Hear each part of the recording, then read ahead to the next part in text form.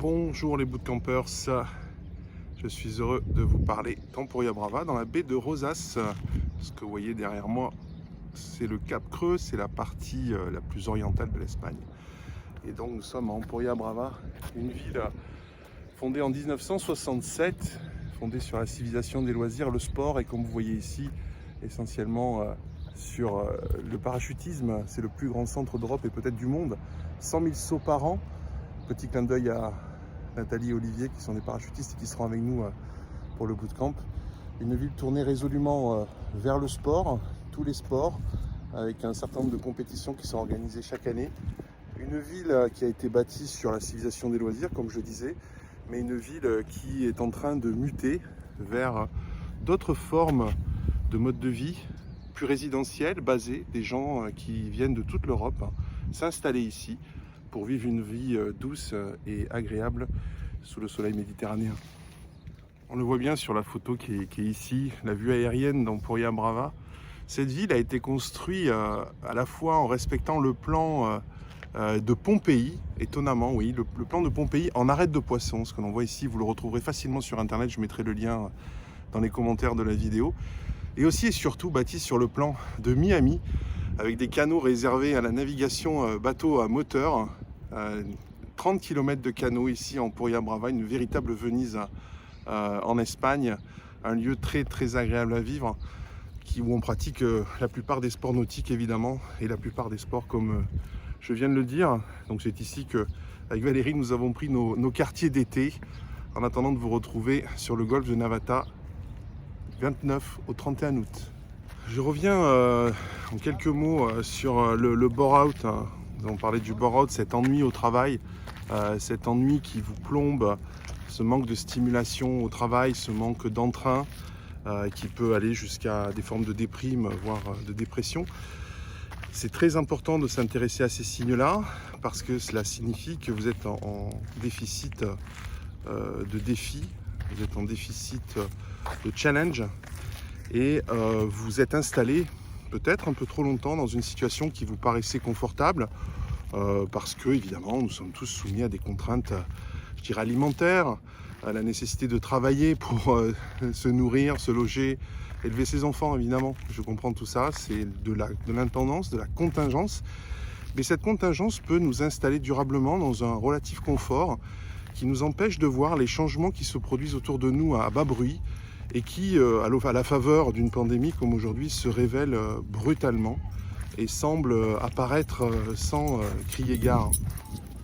Il y a donc ce que l'auteur Rouet appelle des écologies de la transformation, ce qui signifie des transformations qui sont liées au milieu naturel, à notre écosystème, qui se produisent lentement, sans faire trop de bruit, et qui imperceptiblement nous rendent obsolètes ou nous conduisent à l'ennui dans un travail, dans une tâche, dans une activité donnée.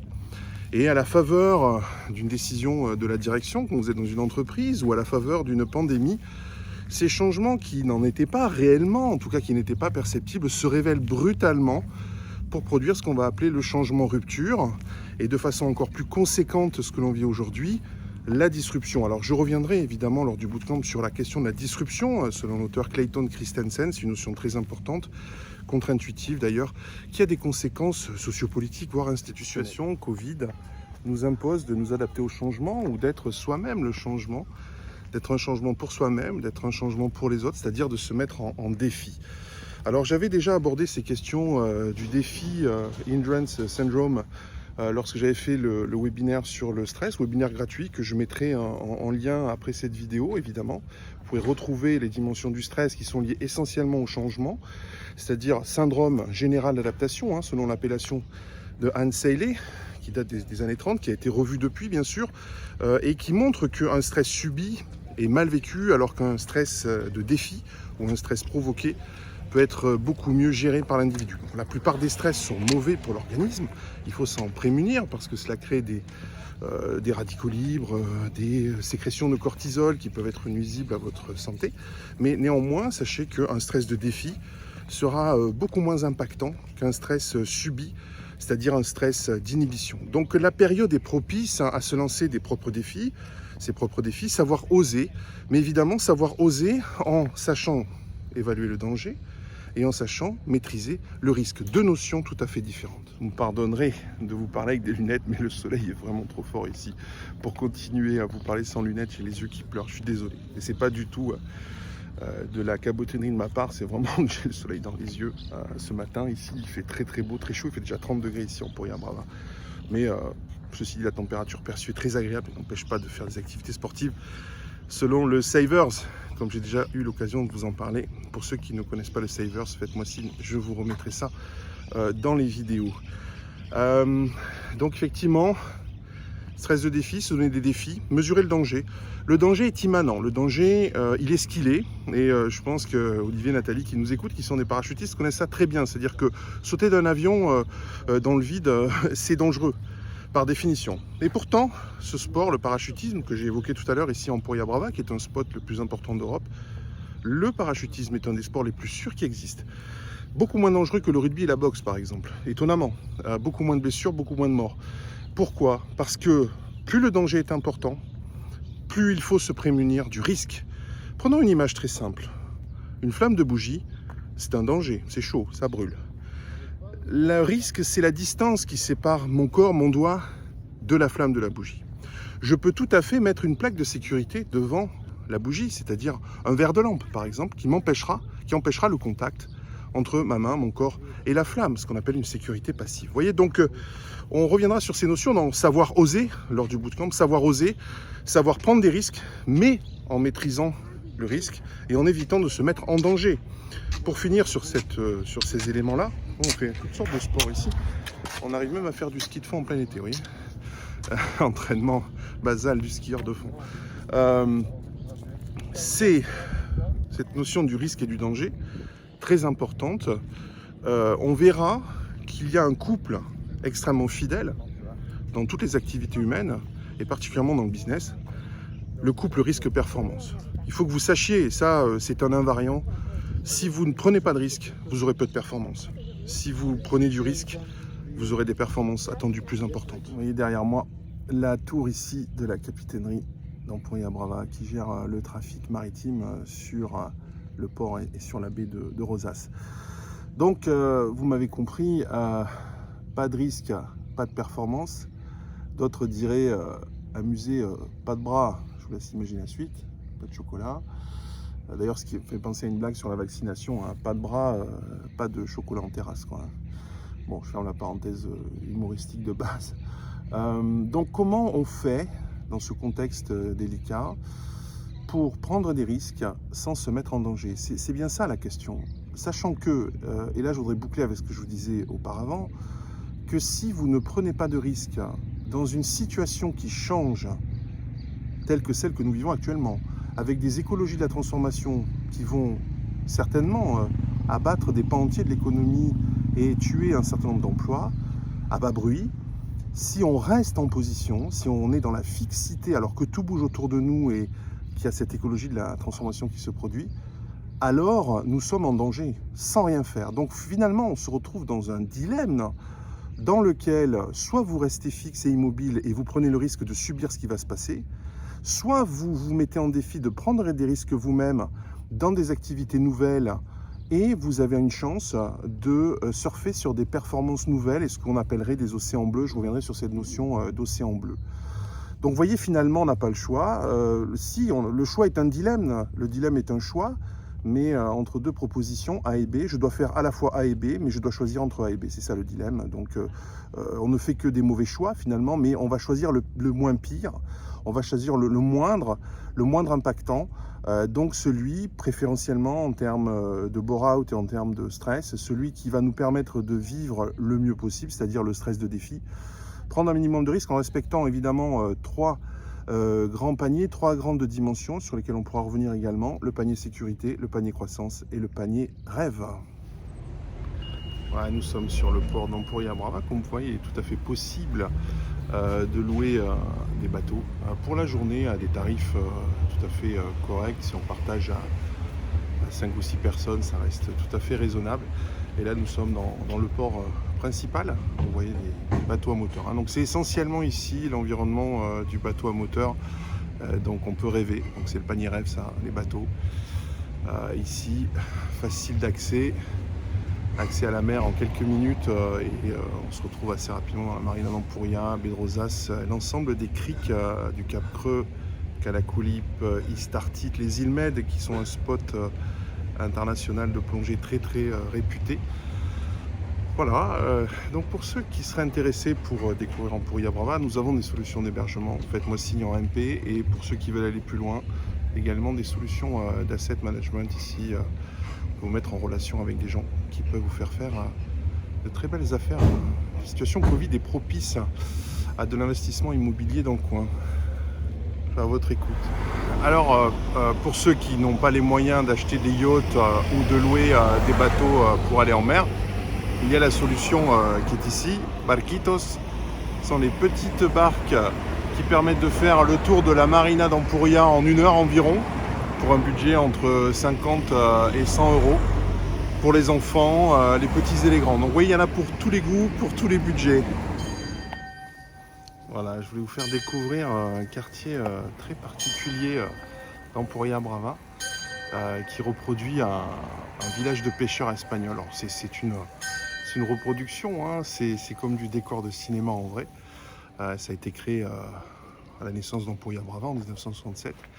Et ça reproduit l'environnement d'un village typique espagnol. Derrière moi, donc, l'horloge que vous avez entendu qui vient de sonner, et cet environnement typique des villages espagnols avec ses façades blanches, ces petites maisonnées. C'est vraiment un environnement super agréable. Je vais tourner la caméra, je peux pas. Voilà, très sympathique, qui reproduit donc cet environnement ibérique qu'on aime tant. Et qui se situe également, qui est un port, de plaisance, avec la possibilité d'avoir des voiliers sur cette zone d'Empurià Brava. Avec l'accès direct donc sur la marina, vous voyez derrière moi, donc ce village, il baigne complètement également dans la marina d'Empurià Brava, ce qu'on voit également au loin là-bas. Donc l'accès direct au canot, ici avec la possibilité de mettre en place, l'horloge qui sonne à nouveau, mettre en place des voiliers ou des bateaux à moteur, mais ici on peut mettre en place des voiliers, dans la mesure où il n'y a pas de passage de pont à effectuer. Voilà la partie petit port de pêche, toujours dans ce pueblo typique, port typique, qui ressemble beaucoup à ce que vous pourrez découvrir si vous venez au mois d'août à Cadaqués, à Port Ligat précisément, qui est le petit port dans lequel se situe la maison de Salvador Dali, que l'on peut visiter et qui ressemble beaucoup à cet environnement, à ce type de maisonnée de pêcheurs accolés les unes aux autres, et que Dali a racheté successivement pour construire sa villa surréaliste dans un endroit somptueux où vous pourrez voir la barque de Gala, la barque à laquelle il a donné le nom de son épouse, Gala Dali. Allez, on continue notre petite visite à Empurià Brava. À présent, je vous fais découvrir un endroit que nous aimons tout particulièrement, Valérie et moi, qui se situe plutôt à l'est d'Empurià Brava, qui est la zone des petits canaux, les petits canaux de navigation. Voilà, l'environnement vraiment très sympa, avec les bateaux moteurs toujours, et des villas, souvent avec piscine, avec des tours. Il y a des gens qui jettent du verre aussi, vous entendez autour de moi. Là on est dans la zone des petits canaux, c'est un endroit qu'on aime beaucoup, qui est très calme, très paisible, où il fait bon vivre. Vous voyez un peu l'environnement très agréable. Voilà, je tenais à vous le faire découvrir. Il y a des possibilités de passer du temps ici avec des budgets très resserrés. Si vous êtes intéressé, si ça vous fait rêver, faites-nous le savoir, on trouvera des solutions pour vous.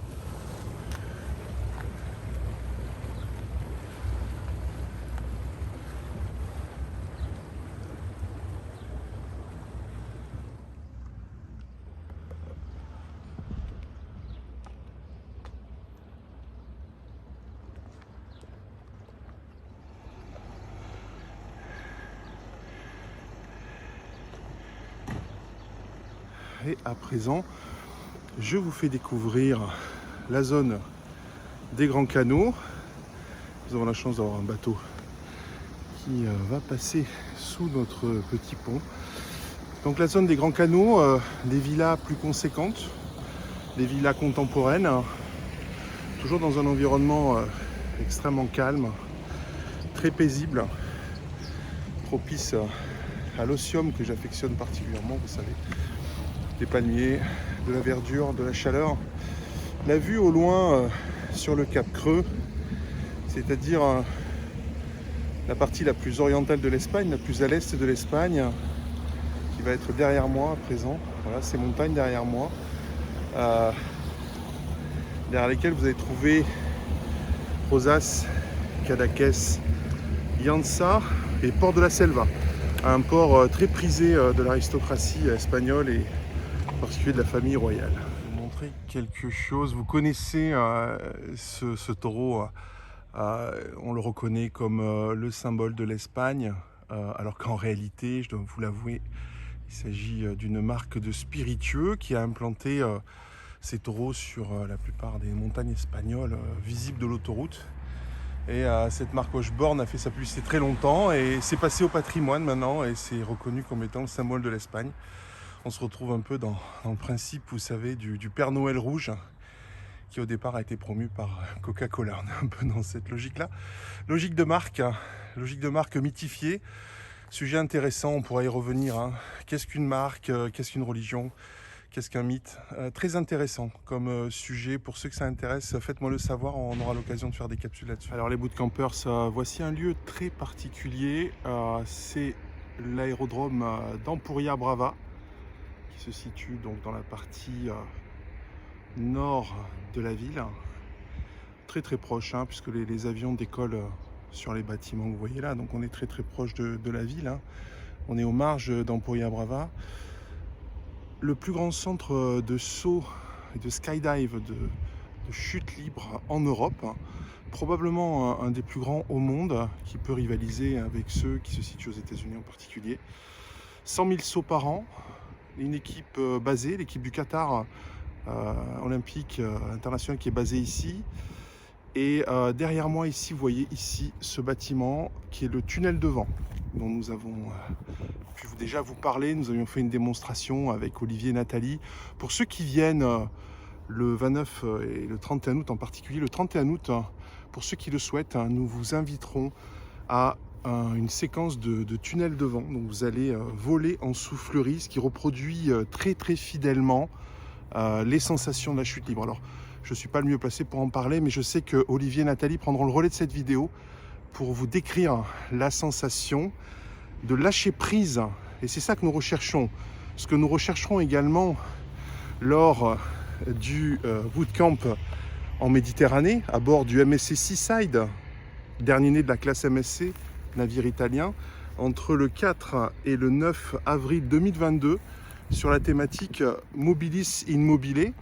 Mobilis in Mobile, qui est le mot-tout, la citation du capitaine Nemo, mobile dans l'élément mobile, bah c'est ça l'idée. Hein. Comment lâcher prise quand on est mobile dans un élément mobile? Quels sont les points de repère? Quelles sont les fixités? Sur quoi je peux m'appuyer? Très important comme schéma mental que l'on pourra transposer à d'autres pratiques. C'est ça l'intérêt que j'y vois, c'est pour ça que je vous en parle. C'est que cette métacompétence, d'être mobile dans l'élément mobile, de gérer le risque dans le danger, ce sont des métacompétences, ce sont des compétences non techniques, ce sont des aptitudes qui vous permettront ensuite de mieux gérer les projets, sans se lâcher les deux mains, mais en prenant les risques nécessaires à la performance.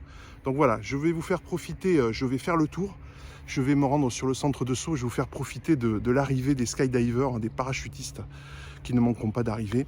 Et sachez que dans l'appartement que j'occupe actuellement, que nous occupons avec Valérie et qui est disponible à la location hors saison, on voit les parachutes arriver devant le balcon. À tout à l'heure.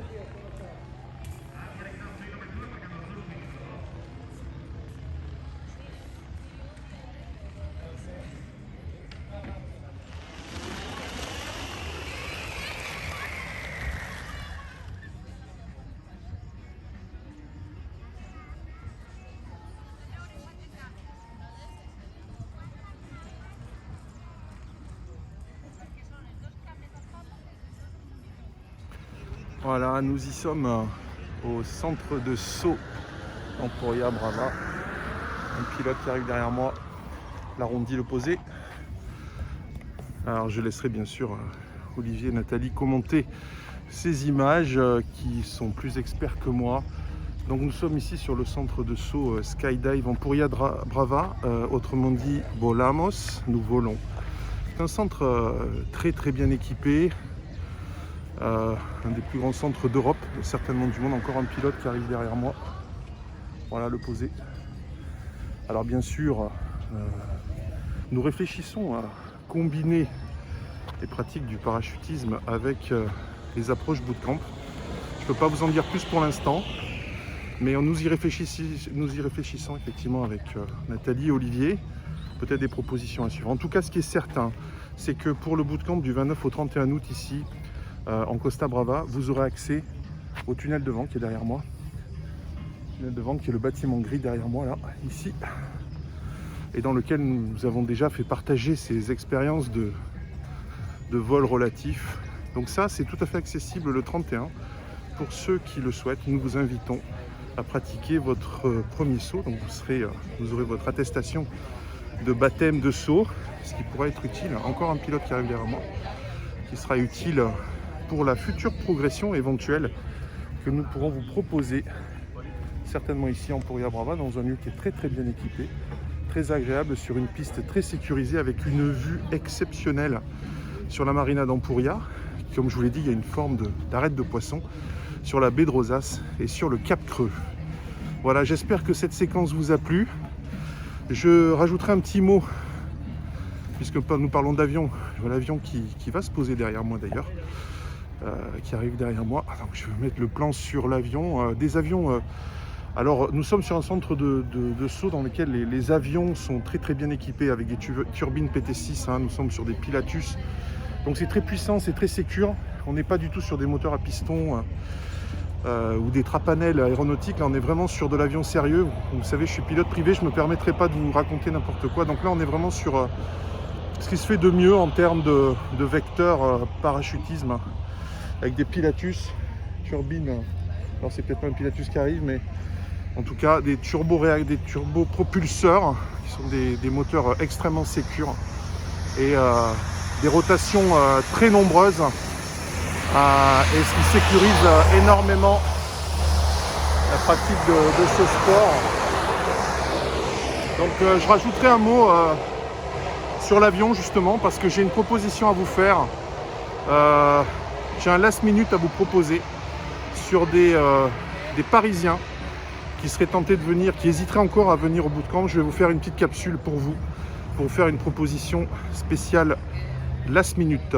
À très vite.